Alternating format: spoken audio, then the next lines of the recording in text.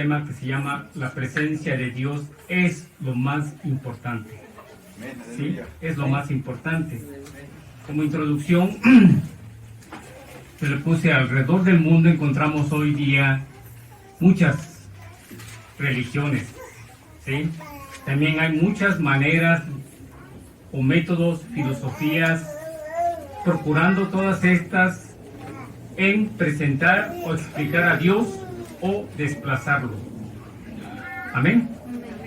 Señor, te damos gracias en el nombre de Jesús, Padre Celestial, por esta linda mañana o tarde que tú nos presentas de estar reunidos aquí en tu casa para alabarte y darte la gloria, la honra, la alabanza y la adoración, Señor, pero sobre todo ahora ayúdanos y prepara nuestra mente y nuestros corazones para recibir tu palabra, Señor. Que no sea el hombre que hable, Señor, sino tu Espíritu Santo a través de mí, Señor. Agradezco la vida de mis hermanos que están presentes, Señor. Guárdalos, Señor. Bendito seas en el nombre de Jesús. Amén. ¿Sí? Tome asiento, hermano.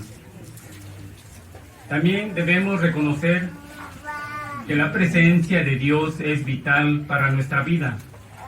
Sin Él, todos los caos y oscuridad, ¿sí? Pues estamos perdidos, hermanos.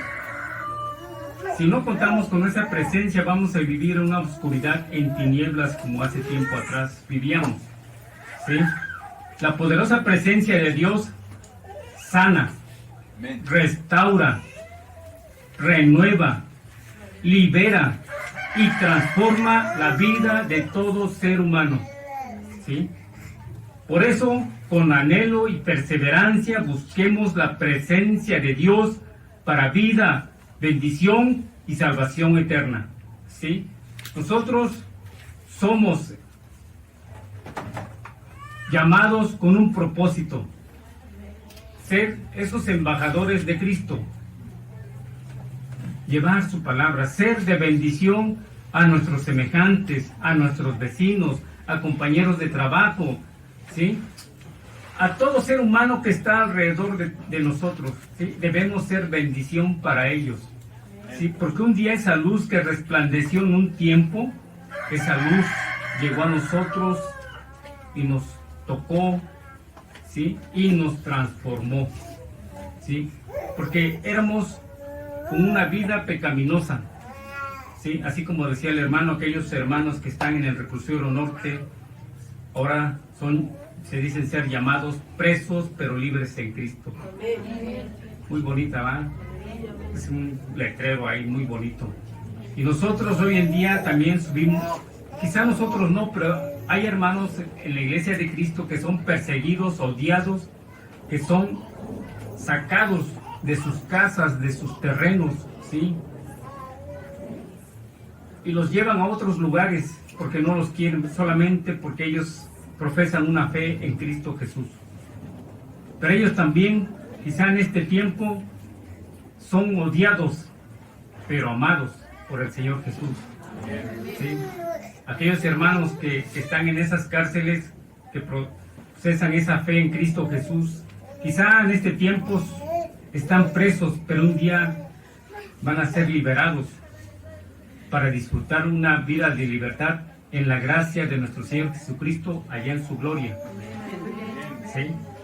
Esa fe tienen esos hermanos y nosotros también debemos tener esa fe. Si en este tiempo nosotros, cuando predicamos su palabra, somos vituperiados, no nos preocupemos. Debemos sentirnos orgullosos, ¿sí? Porque hay algo mejor que nos espera ahí arriba, hermano. Es una recompensa, la corona de vida que hablaba el hermano, ¿verdad? Esa es la corona de vida que vamos a recibir todos los que estamos aquí. Pero como dice, debemos de perseverar. Amén. Y una cosa es segura, solo el Señor Jesucristo es el camino, la verdad y la vida. ¿Sí? Sin Él, y fuera de Él, no hay acceso a la presencia de Dios, y esta debe ser valorada cual más grande tesoro, pues separados de Dios, nada podemos hacer. Nosotros siempre debemos depender de Dios, ¿sí? En todo momento, hermanos, ¿sí? No nos sintamos que somos autosuficientes. Ante Dios no somos nada, hermanos, y eso lo debemos reconocer, ¿sí? Debemos reconocerlo. y siempre debemos depender de Dios en todo momento. ¿Sí? Consideremos en primer lugar el arca del pacto, símbolo de la presencia de Dios. La palabra de Dios nos enseña que esta fue construida por dirección de Dios, ubicada en el lugar santísimo del tabernáculo. Representaba la presencia de Dios e iba delante de Israel por el desierto camino a la tierra prometida.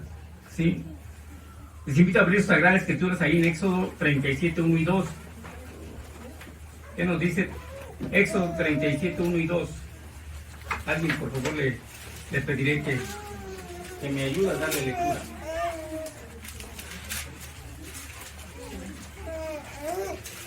¿Éxodo qué?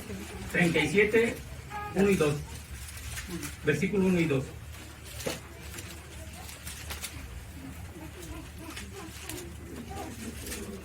¿Alguien lo tiene? Hizo también Bezaleel el arca de madera de acacia. Su longitud era de 2 codos y medio, su anchura de codo y medio y su altura de codo y medio. Y la cubrió de oro puro por dentro y por fuera, y le hizo una cornisa de oro alrededor. Amén. Sí, esa fue por dirección de Dios. Fue un mandato de Dios a Moisés. Y un hombre construyó esa madera, hizo Bezaleel. ¿Sí? Fue el Señor mismo quien le dijo a Moisés cómo construir el tabernáculo. ¿Dónde se encontraba esta arca? En el tabernáculo. ¿Sí? Había 3 lugares en el tabernáculo. ¿En qué parte del tabernáculo se encontraba esta arca? En el lugar santísimo. Amén, gloria a Dios. Se ve que están bien estudiados. ¿Sí? El arca era un cofre de madera revestido de oro y contenía... ¿Qué contenía las tablas? Perdón, ya les dije uno, ¿ah? ¿Qué contenía esta arca? Las tablas de la ley. ¿Qué más? ¿Qué les daba de alimento al Señor allá en el desierto? El maná, una medida del maná. ¿Y qué más? ¿Con qué se sostenía el Aarón, el sacerdote Aarón? Su vara. ¿Sí? Y la vara de Aarón que reverdeció. El arca era considerada también como un símbolo de poder y victoria, pues era precisamente el símbolo de la presencia de Dios con su pueblo. Vamos a verlo, vamos a ver si es cierto. 1 Samuel 4. 1 Samuel 4.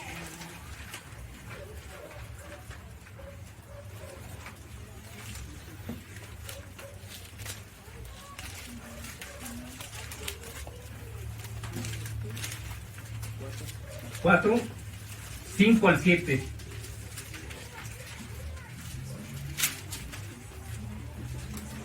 ¿Sí? 5 al 7. Aconteció que cuando el arca del pacto de Jehová llegó al campamento, todo Israel gritó con tan gran júbilo que la tierra tembló. Cuando los filisteos oyeron la voz de júbilo, dijeron: ¿qué voz de gran júbilo es esta en el campamento de los hebreos? Y supieron que el arca de Jehová había sido traída al campamento. Y los filisteos tuvieron miedo porque decían: ha venido Dios al campamento, y dijeron: ay de nosotros, pues antes de ahora no fue así. ¿Sí? Y al 8, ay de nosotros, ¿quién nos librará de la mano de estos dioses poderosos? Estos son los dioses que hirieron a Egipto con toda plaga en el desierto. ¿Sí? Entonces, en el arca se manifestaba la presencia de Dios. ¿Sí? Eso lo pueden ver ahí en Éxodo 25, 22. ¿Sí? Donde el Señor fue cuando le ordenó a Moisés que se construyera esa arca, porque ahí él se iba a manifestar. ¿Sí? Iba a declarar lo que Dios quería que se hiciera. Lo pueden ver más adelante o con más tranquilidad ahí en sus hogares, Éxodo 25, 22. Amén. El arca del pacto fue raptada por los filisteos según 1 Samuel 4, 10 al 11. Pelearon pues los filisteos, ahí adelantito, 10 al 11, versículos 10 al 11. Pelearon pues los filisteos e Israel fue vencido y huyeron cada cual a sus tiendas y fue hecha muy grande mortandad, pues ellos cayeron de Israel 30,000 hombres de a pie y el arca de Dios fue tomada y muertos los hijos de Elí, Ofni y Fines. ¿Sí? ¿Por qué? Usted aquí puede decirse, bueno, ¿y por qué si Dios se presentaba en esa arca y los filisteos tuvieron miedo y huyeron, pero después los derrotaron y vencieron y se llevaron el arca? ¿Sí? Eso lo pueden ver más atrás. Dice, cuando leemos los capítulos anteriores a este, podemos observar los motivos de esta derrota y pérdida del arca. ¿Sí? Porque en un tiempo Elí era el sacerdote, era muy bueno, ¿sí? Dios lo había designado para ser el sacerdote, pero después todo eso se empezó a convertir en una religiosidad e inmoralidad en el sacerdocio, ¿sí? Principalmente el sacerdote Elí y sus 2 hijos. Ustedes sabían o saben lo que hicieron sus 2 hijos. Ahí, ¿sí? Hacían cosas inmorales, ¿sí? Se acostaban con las mujeres. Y ahí en el tabernáculo. Algo que desagradó a Dios y por eso fue esta derrota. ¿Sí? Amén. Entonces hubo mucha religiosidad e inmoralidad. También una ausencia de un verdadero culto a Dios. El pueblo estaba alejándose de la verdadera adoración al Señor. Hermanos, quiero comentarles esto. Muchas las veces nosotros venimos aquí, pero no sé realmente cómo venimos. ¿Sí? Cada uno de nosotros sabe si venimos con gozo, con alegría, para darle gracias a Dios con nuestra presencia, para adorarle y alabarle y escuchar su palabra. Yo no sé si venimos realmente con ese deseo. Y les voy a decir esto, hermano, y no me lo tomen a mal, pero si realmente viniésemos nosotros con esa actitud de humildad y amor hacia el Señor, yo les aseguro que en la alabanza y en la adoración el Espíritu Santo se manifestará. El crecimiento de esta iglesia fuera creciendo. ¿Sí? Pero si nos damos cuenta, hoy en día no sé si hay religiosidad en nosotros. ¿Sí? Debemos de meditarlo, hermanos. No sé si realmente cuando nos levantamos le decimos al Señor, Señor, hoy voy a ir a tu casa. ¿Sí? Tan solamente hoy en la lectura de la mañana, lo que escribió el pastor para cada uno de nosotros, hay un versículo que dijo él, y yo me alegraré. ¿Qué más? A la casa de Jehová iremos, ¿sí? Entonces, nosotros debemos disponer ese corazón realmente, con ese gozo y con esa alegría, hermanos. Y no vayamos cayendo en una religiosidad, en ser, pues hoy toca ir a la iglesia, voy a ir, saliendo, ya estoy programando lo que voy a hacer, saliendo de la iglesia. ¿Sí? Este día es para el Señor. ¿Sí? No tan solamente el venir, sino también algo bueno para el Señor en la tarde. Quizá visita a un hermano, o quizás saliendo, terminando el servicio, salude a un hermano y le pregunte, hola, ¿cómo estás? ¿Cómo te ha ido? ¿Sí? Si realmente nos amamos. ¿Sí? Porque nosotros, como cuerpo de Cristo, debemos de amarnos, ¿sí? Debemos de preguntarnos, ¿cómo estás, hermano? ¿Cómo te ha ido?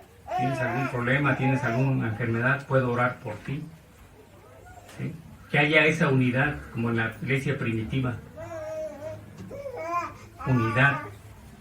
¿Sí? Seamos uno en el Señor. Amén. Amén. Pero no se entristezca, hermano. Aún tenemos un abogado. Quizás si hemos fallado en el Señor, podemos arrepentirnos y retomarla nuevamente el buen camino. Que ese primer amor no se apague, ¿sí? Sino que esté encendido en todo momento. Amén. Aleluya. Es muy interesante observar que según el versículo 11 fue en tiempo del sacerdote Elí, Ofni y Fines que el arca del pacto fue raptada, pues precisamente el significado de sus nombres nos permite ver varios detalles significativos. El nombre de Elí quiere decir elevado, ascendido. Fundamentalmente sugiere movimiento desde un lugar bajo a otro más alto, ¿sí?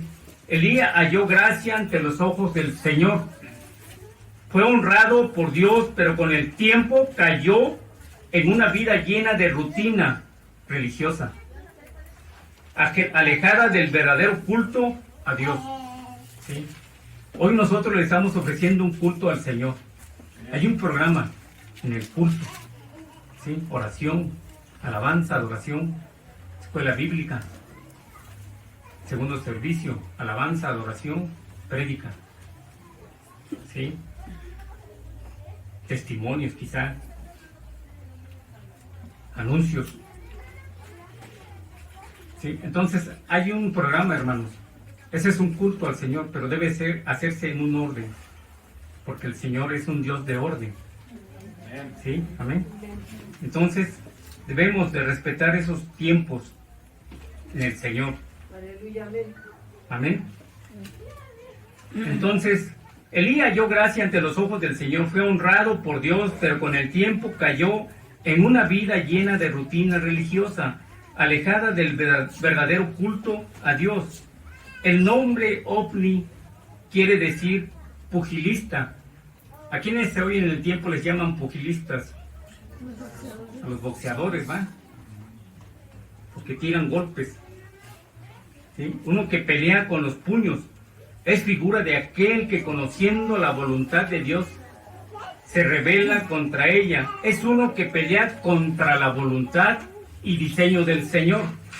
Fíjese, ese es el significado del nombre Ofni. El nombre Fines quiere decir boca de serpiente, palabra de víbora. Este símbolo o representa a aquel que presta, fíjese, que presta su boca para que el enemigo hable a través de él. Permite en su boca palabras llenas de veneno. Es aquella persona que utiliza el engaño y la mentira para lograr sus propios y egoístas intereses. ¿Qué podemos ver en esto, hermanos? Muchas veces nosotros caemos en la murmuración. Yo les hablaba el viernes acerca de lo que es la murmuración, algo que afecta, algo que no deja crecer a la iglesia. Yo les decía el viernes que el primer pecado en la iglesia primitiva fue precisamente la murmuración, ¿sí? Y la iglesia decayó, ya no siguió creciendo. Entonces nosotros debemos de tener mucho cuidado, ¿sí? En andar murmurando en contra de algún hermano, de alguna hermana, incluso en nuestro siervo, en el pastor. El pastor es un hombre igual como nosotros, común y corriente. Tiene ciertas virtudes, pero quizá también tiene ciertos errores, ¿sí? Pero nosotros, en el amor del Señor, pues debemos de orar por el pastor, porque el pastor no está exento de un camino libre, ¿no? El pastor va a enfrentar ciertas adversidades en su camino, ¿sí? Pero a veces nosotros, débiles en la palabra del Señor, o quizá inmaduros, empezamos a ver esos defectos y empezamos a criticar, ¿sí? Entonces, nosotros no debemos de prestar nuestra boca al enemigo, porque el enemigo nos va a usar. Si somos débiles, el enemigo sabe, nos conoce, ¿sí? Y nos va a usar para empezar a hablar en contra de la iglesia, en contra de los hermanos, en contra del siervo. Debemos de tener cuidado, hermanos. La Escritura nos sigue enseñando que la gloria del Señor se aparta del pueblo de Israel. 1 Samuel 4, 19 al 22. Ahí, atrasito 4, en el versículo 4, del 19 al 22.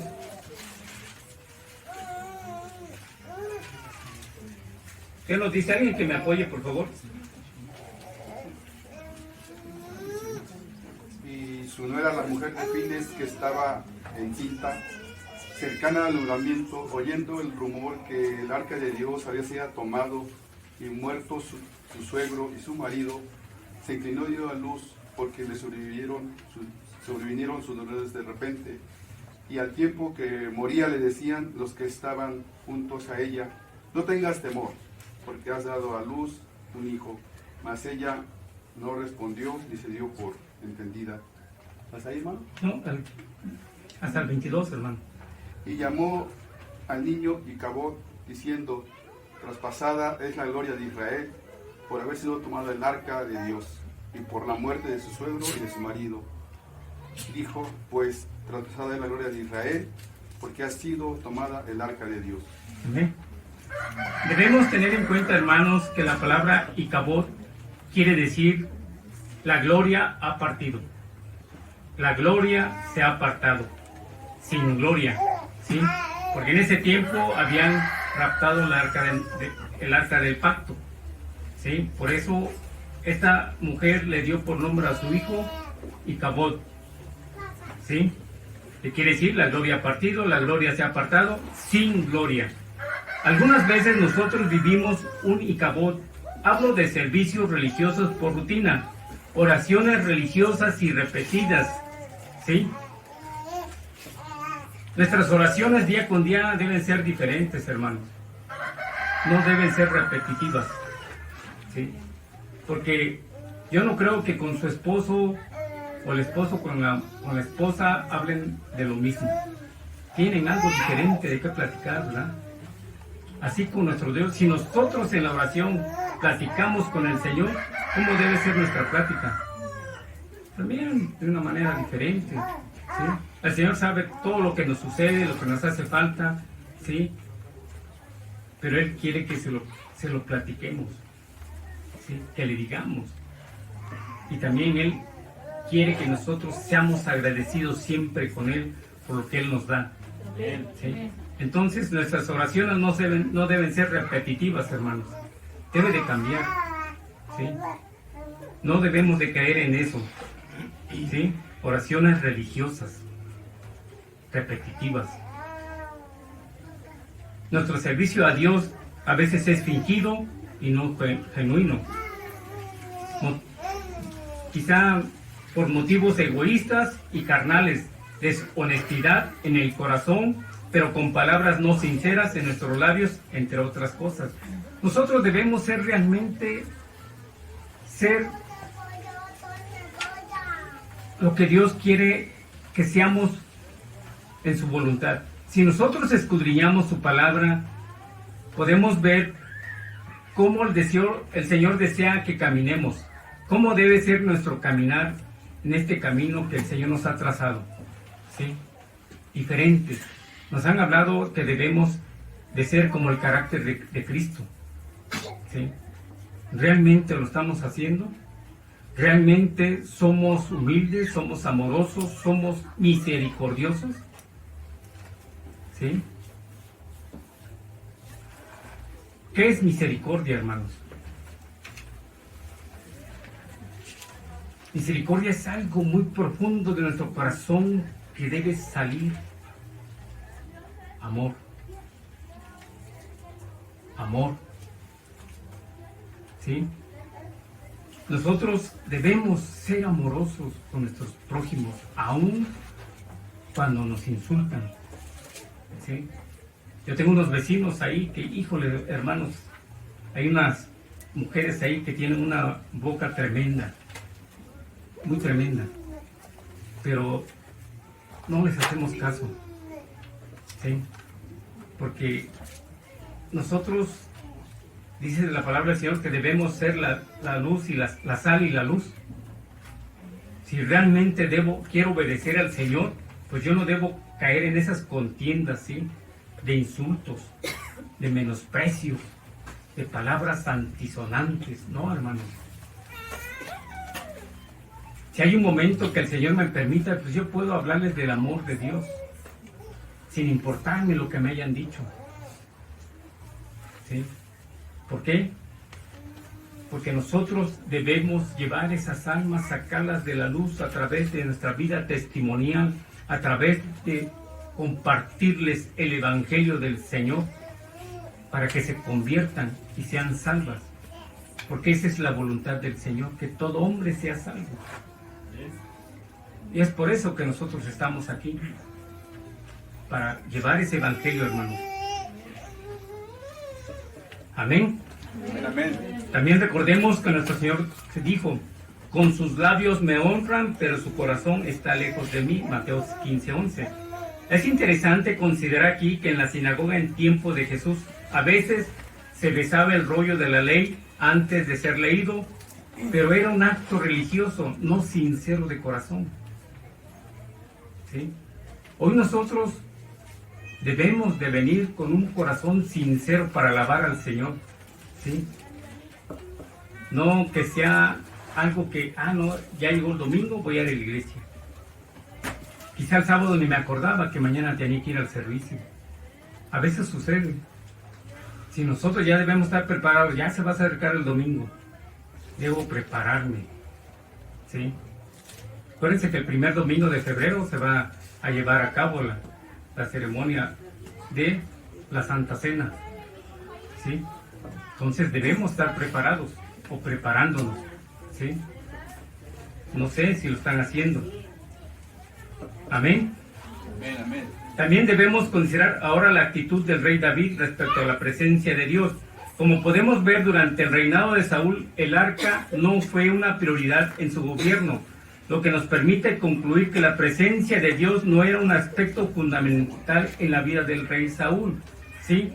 También podemos ver en la palabra de Dios, Saúl es elegido rey y reinó por 40 años y durante todo su reinado no mostró ningún interés por el arca del Señor.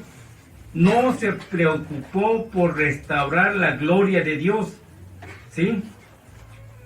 También es interesante observar que durante el reinado de Saúl hubo sacerdocio en el tiempo, había sacerdotes, ¿sí? Pero no estuvo el arca de Dios. ¿Dónde estaba? Con los filisteos, porque la habían raptado. Esta no fue prioridad para Saúl. Él se preocupó por sostener su reinado y ganar el favor de la gente, no dándole mayor importancia al favor de Dios. Es por estas cosas que el rey Saúl es símbolo o figura de la religión, de las apariencias, de la popularidad, de un gobierno sin Dios, de un gobierno sin gloria, de un gobierno construido en las capacidades del hombre, sin la bendición y favor del Señor. Esto ocurre cuando damos más valor al favor terrenal que a la amistad con Dios. No sé si eso sucede en nuestras vidas, espero que no, hermanos. ¿Sí? Está bien, nosotros tenemos un trabajo y debemos darle gracias a Dios por tener un trabajo, un oficio, ¿sí? Algo que nos da el alimento día con día, y debemos estar agradecidos, pero no por ello dejemos a un lado al Señor. Es fundamental ponerlo en primer lugar en nuestras vidas, a pesar de todo, hermano. Amén. Amén. Esto ocurre cuando damos más valor al favor terrenal que a la amistad de Dios. El Señor honra a quienes le honran y son tenidos en poco lo que los menosprecian. ¿Sí? ¿Quieren verlo? 1 Samuel 2:30. Atrásito. 2:30.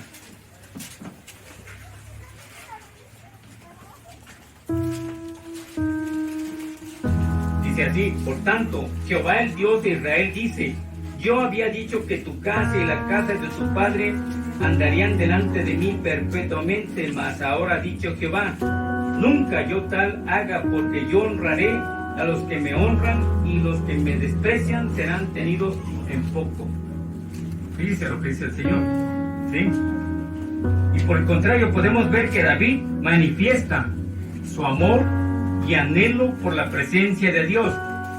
Ahí en Primera de Crónicas 2:13, Primera de Crónicas 13, adelante de Reyes.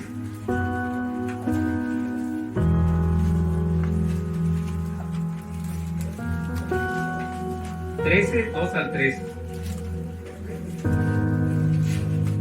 ¿Qué nos dice? 13. Alguien, por favor, que me pueda apoyar. 2:13. 2 y 3. 13, 2 y 3.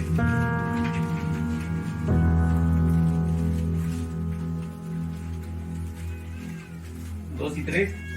Y dijo David a toda la asamblea de Israel: si os parece bien y si es la voluntad de Jehová nuestro Dios, enviaremos a todas partes por nuestros hermanos que han quedado en todas las tierras de Israel, y por los sacerdotes y levitas que están con ellos en sus ciudades y ejidos, para que reúnan con nosotros, para que se reúnan con nosotros. ¿Ven?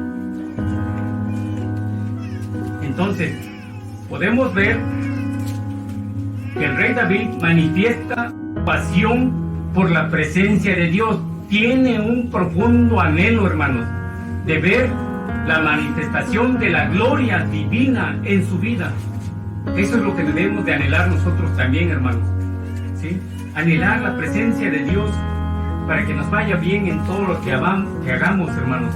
Este hombre ha aprendido que un buen gobierno se hace de la mano de Dios. Nosotros también debemos aprender que en todo el trabajo que nosotros tengamos, lo hacemos por la voluntad de Dios y lo hacemos bien, si realmente nosotros buscamos su presencia, hermanos. Amén. ¿Y cómo realmente buscamos la presencia de Dios? ¿Alguien me puede decir cómo podemos realmente buscar la presencia de Dios?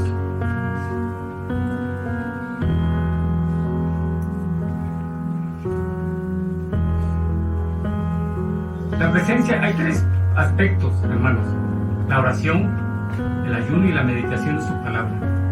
Solamente de esa manera podemos buscar la presencia de Dios, ¿sí? La oración, porque platicamos con Él, ¿sí? El ayuno y la meditación de su palabra. Cuando realmente decimos que meditamos su palabra es porque la estudiamos, no la leemos, hermanos. Porque nosotros podemos leer la Biblia desde el principio hasta el fin, pero no vamos a poderla entender cuando realmente no la meditamos o no la estudiamos. Porque hay cosas que quizá no podamos entender y podemos seguir con alguien que nos pueda apoyar para entenderlo. Porque hay palabras, hermanos, que a veces nosotros no podemos entenderlas, ¿sí? Pero tenemos un medio electrónico que es el internet. Ahí podemos investigar el significado de una palabra, ¿sí? Hermanos, entonces debemos recordar, hermanos, lo que nos dice ahí Mateo 6:33. ¿Qué nos dice Mateo 6:33, hermanos? Mateo 6:33.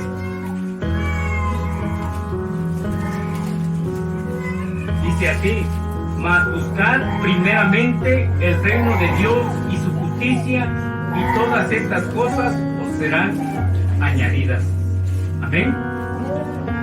El rey David pone en evidencia un corazón sincero, humilde, desea agradar a Dios.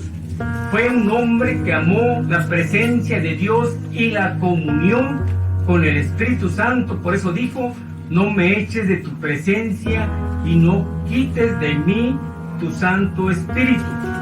Salmo 51. ¿Sí? Que podemos verlo. ¿Sí? ¿Qué dijo el rey David? No me eches de tu presencia y no quites de mí tu Santo Espíritu. Ese es el anhelo también que nosotros debemos de tener, hermano. Quizá nosotros le hemos fallado al Señor, así como David. David es un hombre también común y corriente y cometió un error. Nosotros cometemos no uno, varios, y debemos de arrepentirnos, hermano. Si queremos realmente que se manifieste la presencia de Dios en nuestra vida, pues debemos estar preparados, ¿sí? Debemos de consagrarnos al Señor, debemos ser limpios de corazón para que Dios pueda manifestarse en nuestras vidas. ¿Por qué, hermanos? Porque Dios es santo.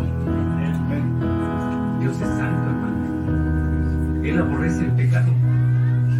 Él no se puede manifestar en un hijo que está lleno de pecado. Ese ser debe arrepentirse, ¿sí? Pedir perdón, ¿sí? Otro aspecto, esenciales para atraer la presencia de Dios. Aquí ya vamos a ver cuáles son esos aspectos esenciales para atraer la presencia de Dios. Una es la santificación. Nos dice la Escritura en Primera de Crónicas, vayamos nuevamente a Primera de Crónicas 15, 1 y 12.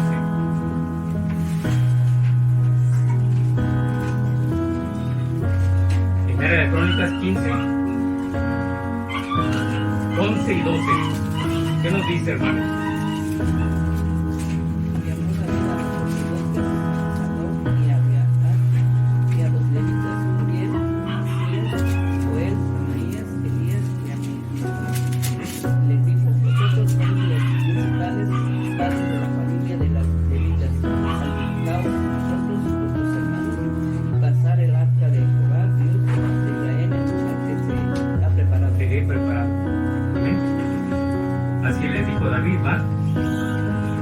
A los sacerdotes, a Sadoc y a todos aquellos, y les dijo: vosotros que sois los principales padres de las familias de los levitas, santificaos vosotros y vuestros hermanos, y pasad el arca de Jehová, Dios de Israel, al lugar que le he preparado.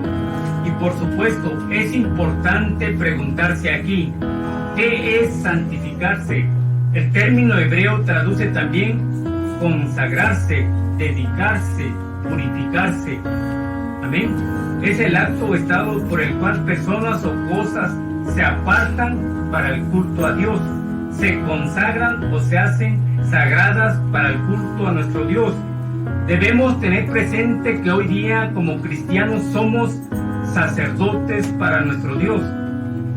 Somos sacerdotes, hermanos. Ustedes lo pueden ver ahí en 1 Pedro 2:9. Es decir, que este llamado es también para cada uno de nosotros. Vayamos ahí a 1 Pedro 2:9. ¿Qué nos dice, hermano? Alguien, por favor, que me apoye.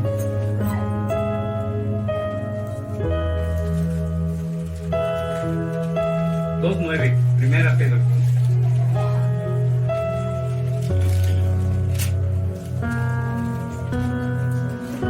Dice: mas vosotros sois linaje escogido, real sacerdocio, nación santa, pueblo adquirido por Dios, para que anunciéis las virtudes de aquel que os llamó de las tinieblas a su luz admirable. Otro mandamiento del Señor. ¿Cuál es ese mandamiento del Señor, hermanos? Se lo pueden ver ahí en 1 Pedro 2:9. ¿Sí? Nos escogió, ¿verdad? Pero con un propósito. ¿Cuál es ese propósito, hermanos? Anunciar las virtudes, ¿verdad? Anunciar esas virtudes. Amén. Porque Él nos llamó de las tinieblas a su luz admirable. Y es lo que quiere el Señor, que nosotros anunciemos esas virtudes. Amén. Otro aspecto es: debemos seguir el diseño y modelo de Dios. Nos enseña la palabra de Dios en 1 Crónicas 15, 13, 5. Pues por no haberlo hecho así vosotros la primera vez, Jehová nuestro Dios nos quebrantó por cuanto no le buscamos según su ordenanza. Y los hijos de los levitas trajeron el arca de Dios puesta sobre sus hombros en las barras, como lo había mandado Moisés conforme a la palabra de Jehová. Es muy importante ver que el rey David reconoce que la primera vez lo habían hecho mal. Aunque los motivos eran buenos, no se hizo a la manera de Dios. Recordemos que murió Usa, ¿sí? Usa murió porque por ahí se iba a caer el arca del rey, y él con prontitud quiso sostenerla para que no se cayera, y Dios lo hirió, ¿sí? Nosotros nos podemos preguntar, bueno, si es Dios amoroso, ¿por qué permitió eso? Si aquel hombre no quería que el arca cayera. Pero Dios ya tenía ciertas ordenanzas, ¿sí? Usa no era de los levitas para llevar el arca. ¿A quiénes se les era permitido cargar el arca? A los levitas, nadie más, ¿sí? Por eso el Señor lo hirió. Amén. No es suficiente con tener buenas intenciones, es fundamental hacerlo como Dios dice. Nosotros continuamente tenemos ciertas tentaciones, hermanos. Pero en ese momento de esa debilidad que podemos caer, debemos de decir, como dice aquí, hacerlo como Dios dice. Si Dios dice en su palabra, no codiciarás a la mujer de tu prójimo, pues no lo voy a hacer. ¿Amén? Porque así dice la palabra del Señor, así lo dice y así debo de hacerlo. Si realmente estoy consagrado para servirle al Señor. ¿Amén? Todos aquí somos servidores, ¿sí? Todos somos servidores porque nosotros debemos de anunciar su palabra, su evangelio, el amor del Señor. Por eso somos servidores. No digamos, no, pues yo estoy atrás, no soy servidor. Yo nada más vengo a escuchar la palabra, a alabar al Señor para seguir creciendo. No, hermano, todos tenemos un llamado. ¿Sí? Amén. Gloria a Dios. Otro aspecto, debe haber sinceridad y amor por Dios. Es importante recordar aquí que el nombre de David quiere decir amado, querido, elegido de Dios y también uno que ama. David amaba a Dios. Y sin duda es imposible alcanzar y vivir la presencia de Dios sin pasión por Él. Es interesante recordar aquí que el Señor Jesús le dijo a la iglesia que estaba en Éfeso: tengo contra ti que has dejado tu primer amor. ¿Sí? A la iglesia de Éfeso. Entonces, nosotros no debemos de olvidar, hermanos, nuestro primer amor. ¿Cómo fue nuestro primer amor cuando conocimos al Señor, hermano? ¿Cómo se sintió usted en ese tiempo cuando conoció al Señor y lo recibió y el Señor le perdonó? ¿Sí? Fue algo maravilloso. ¿Sí? Algo que yo decía, bueno, ¿y ahora qué hago para el Señor? Pero con el tiempo se fue apagando, se fue apagando, se fue apagando. Espero que no se haya apagado en su totalidad, ¿va? Debemos estar siempre en ese amor del Señor, esa pasión debe estar ardiente en todo momento. ¿Sí? Ardiente, hermanos. No fríos ni tibios, sino ardiente. Nosotros ya estamos del otro lado. ¿Sí? Ya para terminar, la palabra del Señor nos enseña que Dios envió a su Hijo para llevarnos a Él. Ha enviado a su Espíritu Santo para que nos instruya, ¿sí? Y nos acerque más a Dios. El Señor anhela darse a conocer a sus hijos. Él nos anhela celosamente. Dios nos ama y desea que nosotros le amemos a Él. Procuremos, pues, todos los días de nuestra vida la presencia de Dios, ¿sí? La palabra de Dios nos advierte sobre la importancia de evitar y desechar el orgullo, la soberbia y toda clase de autosuficiencia. Es necesario reconocer nuestra gran necesidad y dependencia de Dios. Él es todopoderoso y bueno, por tanto desea y quiere ser nuestra ayuda en todo tiempo. ¿Sí? Reflexionemos al respecto considerando la palabra del Señor en el libro del profeta Habacuc 3, 17 a 18, donde se nos dice, Habacuc 13, 17 y 18, aunque la higuera no florezca ni en las vides haya frutos, aunque falte el producto del olivo y los labrados no den sus productos y las ovejas sean quitadas de su redil, con todo yo me alegraré en el Señor y me gozaré en el Dios de mi salvación. La presencia de Dios cambia nuestra perspectiva de toda su situación. A veces nosotros nos encontramos en momentos muy difíciles, hermanos. ¿Sí? Muy difíciles. Pero Habacuc 3, 17 al 18. ¿Sí? Pero si nosotros decaemos en esas dificultades y no reconocemos a nuestro Señor, pues vamos a ir al fondo, hermano. ¿Sí? Y no debe ser así. Nosotros siempre debemos de recordar las palabras del Señor, que Él siempre va a estar con nosotros hasta el fin del mundo. Entonces, en ningún momento debemos de caer en esas dificultades. Como seres humanos, se acepta que somos débiles, ¿sí? Pero debemos recordar al Señor que nosotros tenemos al Dios poderoso, al Dios bueno, que cuida a cada uno de nosotros, ¿sí? Y Él va va a manifestar su gloria en nuestras vidas, ¿sí? Dándonos esa paz, esa tranquilidad, esa paciencia ante esas adversidades, hermanos. ¿Sí?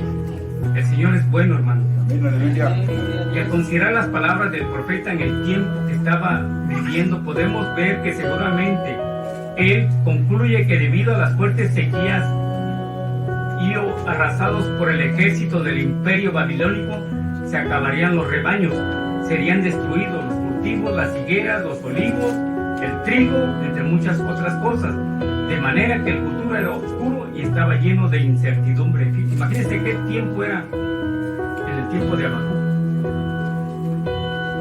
¿Qué dijo él? Aunque todo se faltare, yo me gozaré en la presencia del Señor. Así debemos de ser nosotros. Si nos falta el pan, si nos faltan los frijoles, si nos falta la carne, si nos falta para el médico, ¿sí? Infinidad de cosas, debemos de alegrarnos. ¿Por qué? Porque ante esos momentos difíciles Dios nos está probando, ¿sí? Dios está viendo cuánta fe realmente tenemos en Él. Esas pruebas fortalecen nuestra debilidad, hermanos. Nos dan fuerzas para seguir adelante. Y cuando Dios se manifiesta dándonos la salida, hermanos, debemos de inclinarnos al Señor para decirle gracias. Gracias porque me has sacado. No me lo van a querer, hermanos, pero mi vida no ha sido fácil ahorita. Porque yo tengo la glucosa, la enfermedad que se llama poliomielitis óptica. Es una enfermedad que ya no se me va a quitar. Es una enfermedad incurable. Entonces, si yo fuera débil, hermanos, quizá ayer le hubiera reclamado al Señor. Pero no, hermanos. Como yo le doy gracias, Señor, te doy gracias porque me permites caminar. Ando para ir para acá. Te doy gracias. El Señor sabe, y yo creo en su palabra. En el momento que quiera, me va a levantar. Me va a levantar y voy a seguir adelante. Y han pasado otras cosas en mi vida así de enfermedades, hermano. Ahorita mis encías me duelen, no puedo comer bien. Le doy la honra y gloria al Señor. Amor, ya no quiere que coma tantas cochinadas, ¿no? Amén. Y el profeta, fortalecido en la fe en la presencia de Dios, expresa su confianza en el cuidado y en la bondad del Señor. Y precisamente por eso decide no permitir que las adversidades le inquieten en el Señor. La expresión del varón de Dios, con todo yo me gozaré en el Dios de mi salvación, nos muestra cómo su fe en la salvación de Dios se pone por encima de su dificultad. Así debemos ser nosotros.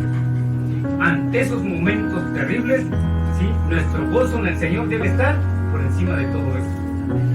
Porque nada nos puede apartar del Señor. Así dice su palabra. Nada nos va a apartar del amor de Dios.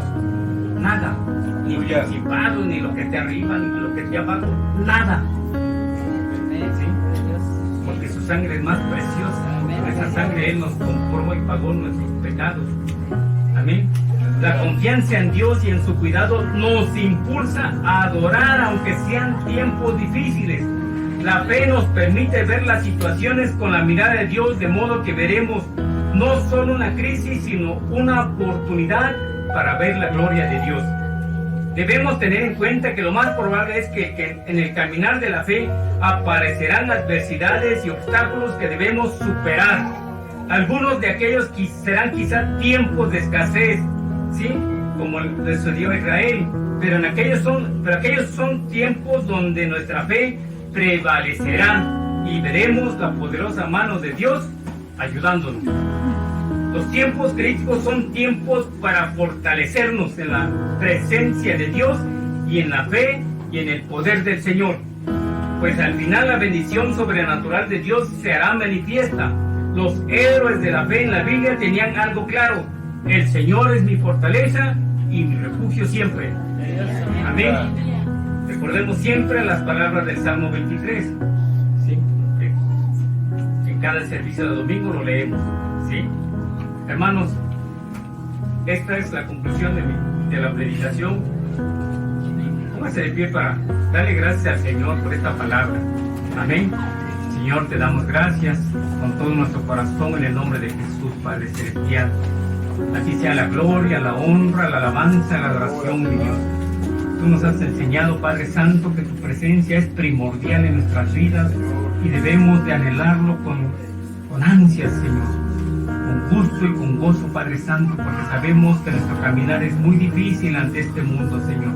Hay adversidades y muchas dificultades en nuestro camino, pero nosotros debemos reconocer ese poder que tú tienes, ese amor en cada uno de nosotros, Padre Santo, y te damos gracias, Padre Celestial, porque tenemos al Espíritu Santo que nos guarda y nos protege, Señor, en este mundo, Señor. Y también que nos hace concientizar que debemos de buscarte y darte el primer lugar en nuestras vidas, Padre Celestial.